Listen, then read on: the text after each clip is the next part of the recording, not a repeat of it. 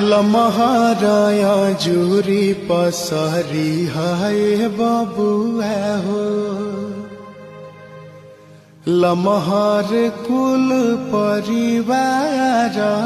है लमहर बाटे तहरा पापा जी के नैया हो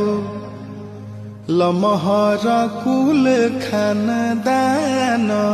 है हरे लमहराया जुरी पसरी हाय बबुआ हो लमहर कुल परिवार है